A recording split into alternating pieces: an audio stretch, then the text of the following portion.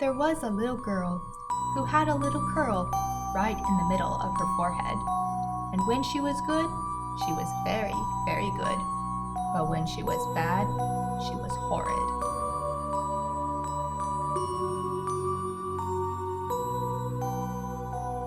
Hey guys, welcome back to my channel, Tales and Tomes with Amy. And the poem I just read to you is the center focus and the foundation for the entire new YA horror novel, Horrid, by Katrina Leno. So this book marks an important milestone for me in my Booktube journey. Probably the last time I did that was like Harry Potter and the Deathly Hallows. As I've gotten more into Bookstagram and Booktube and my own podcast have been speaking with poets and writers and editors, I now have a genuine interest in what people are putting out into the world in real time in regards to books. So I decided that at least one book each month I am going to, splurge and get the hardcover brand new release, and so that I can talk about it while the hype is still up. And luckily, I'm pretty sure by the time I edited this will be either the very first review of Horrid or at least one of the first. So very excited about that. So why did I choose Horrid? I chose Horrid because I literally just Googled like what sort of gothic horror releases are happening in September, and I came across this, and it's a contemporary novel. And contemporary, as I mentioned in my newbie tag, is not something I typically go for. I usually stay in the realms of fantasy and historical fiction. But because the premise of this book had such classical gothic tropes, that I was willing to make an exception that, okay, it's contemporary. It seems to have all those things that I like, so I am going to give it a try. And I'm so glad I did, because I pre-ordered it, got the book on Tuesday, read like 50 pages Tuesday, read like 150 pages Wednesday, and then finished like the other like 120 on Thursday. That is how much quickly I devoured this book. It is so brilliant. It had a level of depth to it that I just was not anticipating in a YA novel. And that's what I wrote in my Amazon review of this book. In fact, I was the third person to review it. And it's just, again, she has all those classic gothic tropes, but she executes them so well that I don't care that they're like old tropes, because it's just my type of heroine. Yeah, I loved it, so much. I felt like she was paying true homage to the gothic genre, but also giving a little bit of her own twist. So the way this is gonna work is I am going to first talk about the book in a spoiler-free way, and then I will go into the in-depth analysis, which will contain spoilers. So I'll mention exactly when the spoilers begin. So, what is Horrid about?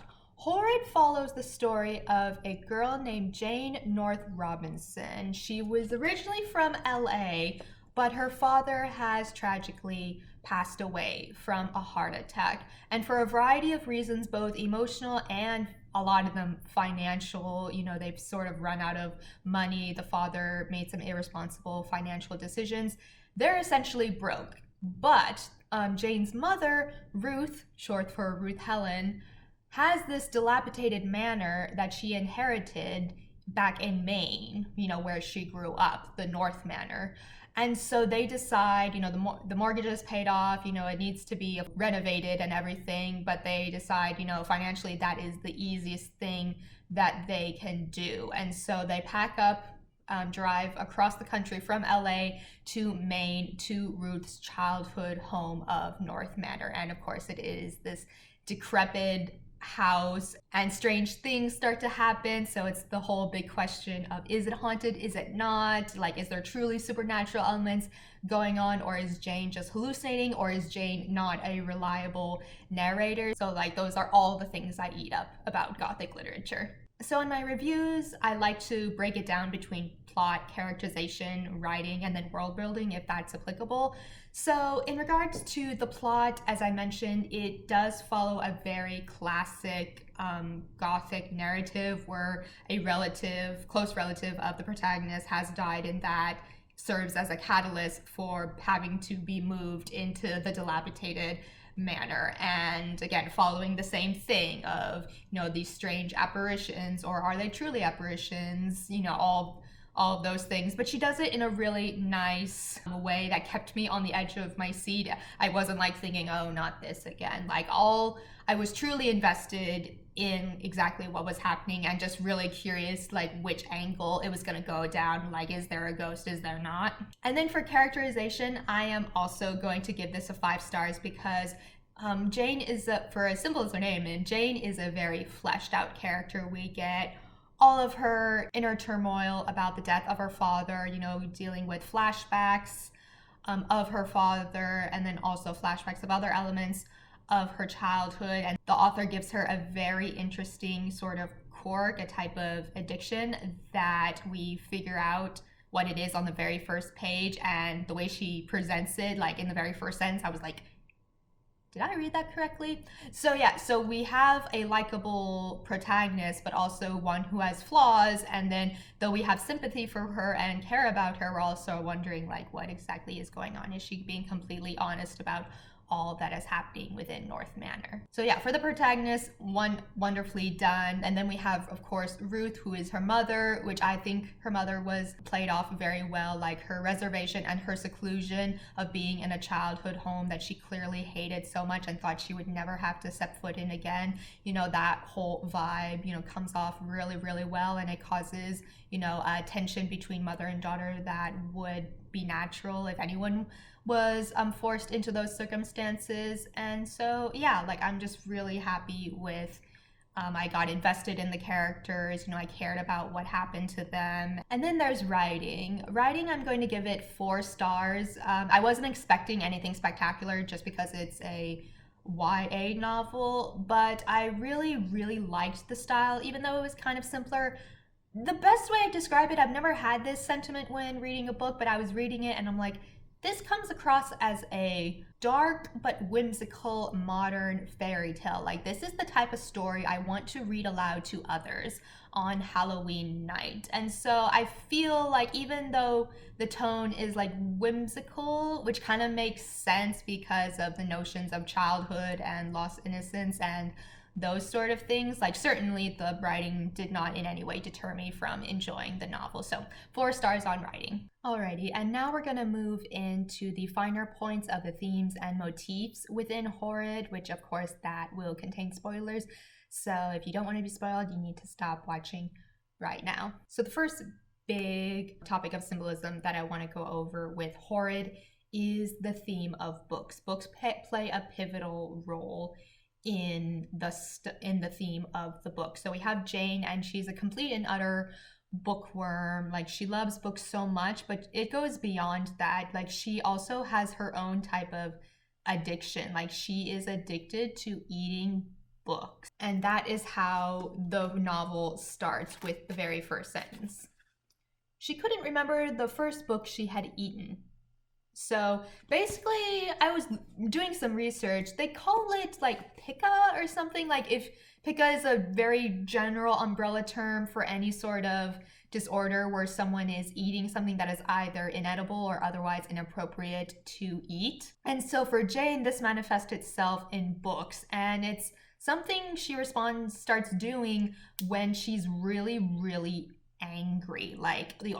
She'll get near blackout angry, and the only way she can calm down is to rip a page from a book and eat it, and that sort of soothes her and brings her back down to reality, which I found quite very fascinating, because I've just never had an addiction like that. I can understand the notion of stress eating and just trying to fill yourself up to feel good, but I've never thought of having a very specific addiction like that. And I think what's important in the symbolism of the book is the 2 books that are mentioned that Jane likes to eat when she gets angry. In the very beginning, we learn one of the books she ate when she was younger was actually Peter Pan. And then the book that she will periodically tear pages from and eat whenever she's stressed out, it's always in the book, the novel that she eats, is The Lion, the Witch, and the Wardrobe. So I'm thinking, okay, why did the author choose Peter Pan and Lion, Witch, and the Wardrobe as the books? For as much as Jane adores books, those are the two books that she's willing to eat, because it cannot be a coincidence. Like, what is the theme? And so the best thing I took away from those being the two books that are shown her to be eating, as that is sort of emblematic of the loss of innocence, because Peter Pan and The Lion with the Witch and the Wardrobe by C.S. Lewis, both of those are classics in children's literature, and just the overall notion that, in a sense, her innocence has ended via the death of her father, and then another level of her innocence has ended just by living in this house of North Manor, and possibly, going crazy, or just, being tormented by the spirits within. And also there's allusions to books not only through Jane's specific addiction, but also in terms of her general bibliophilia. We learn very early on that she is an avid fan of Agatha Christie, and of course of Agatha Christie's books, her favorite detective is Hercule Poirot, which I can totally relate. I actually haven't read any of Agatha Christie, but I have watched a great deal of the Hercule Poirot TV show, the one that stars David Suchet, because to me there's no one else who could possibly play Hercule Poirot as well as he did. So in showcasing her love of Agatha Christie books, there's actually a part of the book where I can't remember the exact name of the Agatha Christie book, but there's one book that she recommends a friend to read, and in that Agatha Christie book there's the notion of there's this universal secret, but it's such a negative secret that no one wants to talk about it, but it just permeates everything and everyone knows about it. And so because everyone thinks everyone knows about it, no one talks about it. And so that theme of this big sort of scandal secret being universal knowledge, that actually ends up being important, because Jane gives this book to her buddy Will to read, and then he finishes the book, and he also puts it together, this idea of this secret that everyone knows and no one talks about. And he texts her after he finishes the book, and he's like, do you not know? And it's when she gets that text that she finally realizes what everyone's been hiding from her, because everyone assumes that she must know because she's lived back in North Manor, that she must know the terrible accident that happened there. But it's then that she realizes that what makes North Manor so creepy to the entire town is that there was a child there who died. And she originally thought that the child who died there was her aunt, and her mother played along with this false deduction that she made that, yes, your aunt passed away here. But in reality, it was Ruth, Jane's mother, had a child right out of high school or during high school. And so the sort of potential ghost that's haunting North Manor is not her aunt, but actually her sister. So I really liked that throwback to Agatha Christie, and that very specific phenomenon of tying the theme of that book in how Poirot solved that mystery into her figuring out the specific mystery of North Manor and being able to crack through the lie that her mother told her. So those are the big elements of books. The next big element that I took away from the book was the symbolism of the roses. So the roses play a very big role in the sort of strange apparitions that occur at North Manor. So it first starts off with Jane and Ruth, show up at North Manor, and they're exploring, and Jane goes outside and she realizes that there's these really abundant and very luscious roses that are red and pink and orange, and they look like normal roses, but at first she's put off by it because it's it's October at this point, and therefore they should be withering away. There's no reason why they should be growing this well and this strongly, if you will, at this time in the season.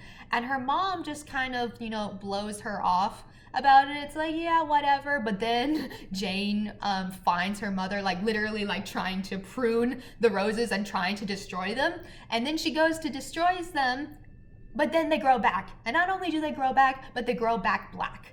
The color of the roses are black. So that is really screwed up. And so now it's oh my God, what is happening with the roses? And then in addition to the actual rose bushes in the garden, we also get these sort of little apparitions of Jane as sleeping in her sleeping bag, you know, in like the drawing room before the bedrooms are, you know, ready to be slept in. And she feels something at the bottom of her sleeping bag. And she's like, is that the tag of the sleeping bag? And she looks up and it's this rose petal. And she's like, okay. And then another apparition is she hears something, like someone rings the doorbell of North Manor. She goes out, no one is there, of course. And then, you know, she steps outside a little, you know, just to check, and there's nothing there. And she turns around, and on the front porch, on the ground, is a rose. She picks up the rose and then she sets it on like the kitchen table, but then she looks at herself in the mirror and she sees herself holding the rose, even though she knows she set it down on the table. And then she looks down and yeah, already the thorns of the rose have caused her hand to start bleeding. So some really trippy stuff is happening with the roses. And we learn that the roses were the sort of gardening hobby of Jemina. And Jemina, who was the child who died at North Manor, who is Jane's sister who passed away. And we learn that just as Jane has her specific addiction to eating books, Jemina, Rose was her middle name, had a specific addiction to eating roses. And then we later learn that the mom, Ruth Helen, she had a particular addiction to eating or chewing hair. So like all the women in the family have this specific addiction of eating things that are otherwise, you know, inappropriate. So with the roses definitely seem to encase the spirit of Jemina and her way that she is haunting the house, if we accept the premise that the house is truly haunted by some sort of supernatural force, because a lot of things happen with texts being sent from Jane's phone to like her friend and to her mom, and she doesn't remember sending them at all, so she's thinking the ghost is. But again, we have to, like, it's never fully explained exactly if Jemina truly is a ghost, or rather Jane is just like hallucinating and is like having selective memory, and whether or not, you know, is she truly a reliable narrator. I tend to veer more in the direction that Jane is truly being haunted by the ghost Jemina, because there were a few elements of information that I believe Jane only obtained through Jemina. So I just inferring from that, because there was no other way that she could get a hold of certain specific details. That's why I tend to veer more in the camp that the house is truly haunted and that the sister is like terrorizing the manor. And there's this really, really creepy bit where Jane goes back to her bedroom after, I don't know exactly what distracted her, but she returns to her bedroom and it looks as if her bedroom has been ransacked, and then there's rose petals, and then with the rose petals spells the question like, do books taste like roses? And that just totally freaks Jane out. It's like, okay, how did this person ransack my room? How do they know about my specific addiction to books? Like, what the hell is wrong with all these crazy messed up roses? And it's just, and that's also, that specific apparition makes me think that the house is truly haunted rather than it just being Jane's imaginings, because that's a very, very, very, I don't know exactly how psychosis or how like hallucinations work, but that just seems something very, very specific to see that isn't actually there. But again, I'm purely speaking of my own ignorance, because I'm not a psychiatrist. I don't know anything about how that works. But that particular apparition in general makes me think that, yeah, the house is haunted. And I think the wider motif of the roses is, it's a very common metaphor that a rose is, of course, beautiful and fragrant and is often associated with love and very positive qualities, but nevertheless, a rose also has thorns and can potentially hurt you. And I think that is going back to the theme of this poem that is central to the book. When she was good, she was very, very good, but when she was bad, she was horrid. And I think that is speaking to the duality of human nature, that, you know, of course we all have our, you know, we should be responsible for our own behavior and everything, but a lot of times our actions, good or bad, are dictated by the external circumstances that are presented to us. And so like with Jemina, she was, you know, at first seems like just this lovable, cute little 8, 9-year-old girl, but there was a sinister side to her as well. And, that is reflected in the roses. And then another theme I liked was the notion of sisterly connection and the notion of sisterhood, because we've basically got two sisters in the story. We have Jane, obviously, with the spirit of her older sister who passed away at a young age, Jemina Rose. But there's also another pair of sisters in the town. So there's a girl at school that Jane runs into who is not very nice, her name is Melanie, and she's actually the cousin of one of the girls that Jane has befriended, Alana. And so we learn that with Melanie has, a sister who has been, it's described as being in the psychiatric ward, and then it comes out that not too long after Jane moved into town, that Melanie's sister Annie committed suicide. And then there's this whole huge confrontation at the end of the book where Melanie thinks that Jane and her mom are gone. So she breaks into the house because she's looking specifically for Annie's teddy bear. There's this huge blowout that happens between Melanie and Jane, and it's there that she realizes that people want to say that it was an accident of how Jemina died, because basically how Jemina died is that she fell into one of the pits in the garden, and she tried to climb back out of the pit, but the dirt gave way and collapsed onto her, and therefore she suffocated. And Melanie presents the idea that Jemina Rose was friends with a little playmate of her sister Annie, and Annie and Jemina Rose would play together. And Melina says that Jemina Rose tried to push Annie into the pit, so basically tried to kill her. And so in retaliation, Annie pushed Jemina Rose in, and even though Annie, after a little while, ran for help, it was too late. Jemina Rose had already suffocated by then and had died.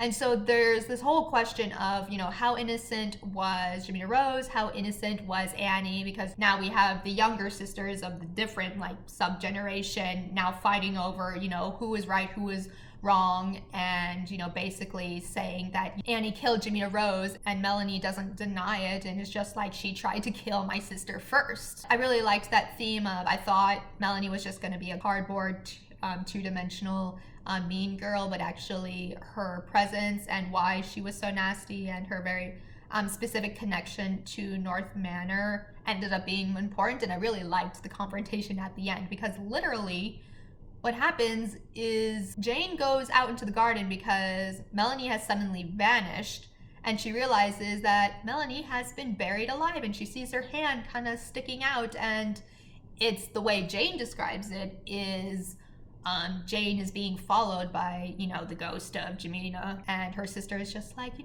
she's mean, she deserves what she gets, and Jane's trying to argue with her that, no, even if people are bad, they don't deserve death, and you can't let this happen. It's sure I can. And then Jane is battling with itself, and the ending of the book is a very, very dark turn where Jane decides, life isn't fair. My father was taken away from me, all these bad things happened, why shouldn't a bad thing happen to Melanie? So she, in essence, lets Melanie die. And at the end, the last piece of the book is Jane picking up one of the rose petals, putting it in her mouth and eating it, embracing her own type of addiction. So yeah, that is a lot. I was very surprised with how dark, even though it was a gothic book, I thought as a YA novel that maybe there would still be some revolution kind of, and it just no, that was not what this was about at all. So yeah, overall, I really loved this book. 5 stars. I loved it because I loved the symbolism of the books, of the roses. I feel like everything tied back together in a really nice way. And even though the plot wasn't super uber original, it's okay to revisit old tropes as long as you execute them properly. And I felt Horrid did that in all the best ways possible, and I'm so glad I invested in this book. The only thing I would say is, I paid $17.99 for this book, but this book is not, even though it's hardcover, it is not, if you can see, just compare the size, it is not as large as some other, you know, hardcover YA books. Like, I was expecting it to be like the size of Court and Thorns and Roses for that. I just feel like maybe for this, not that Katrina Leno shouldn't get her proper royalty. I think her royalty should stay the same, but I feel like this, for this size, and even within the book, even the shorter, smaller size, the margins I feel like are really wide. So I just feel like this book maybe could have been in the $13 to $15 range for a brand new hard release cover, and that would have been okay. But other than my little financial gripple, I just really, really loved this book. Yeah, definitely one of those classics that I will, you know, revisit in the future. So yeah, those are all my thoughts regarding Horrid. Thank you so much for listening, guys. Drop a comment down below. Let me know what you thought of Horrid. What did you like? What didn't you like? Don't forget to hit the subscribe button and make sure to tune in for my next video next week. Take care, everyone. Bye.